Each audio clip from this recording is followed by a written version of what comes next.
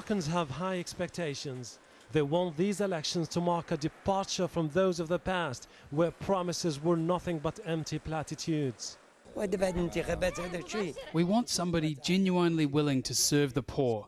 They keep saying, we will do this and that, but once elected, they disappear. We hope many things will change in this country, reduce unemployment, and adopt environmentally friendly policies. But elections here are also an opportunity to try to redefine the role of the monarchy. The King of Morocco is the head of the state and the nation's spiritual leader. His rule has never been challenged. He's even very popular among the people. But the political openness Morocco has witnessed in the last decade has invited many to ask for the reform of the centuries-old royal institution.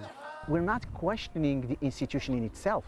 The institution is 14 centuries old in this country, and there is the unanimity about it. So that's not the problem. The problem is what kind of style of governing, of governance do we need in the Morocco of the 21st century?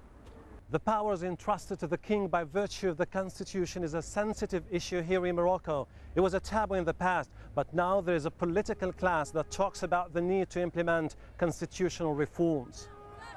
The prospect of these reforms is creating a new dynamic in this race. All the candidates from the left, the right, and those with an Islamic agenda agree that a reform of the political system in the country has become a necessity.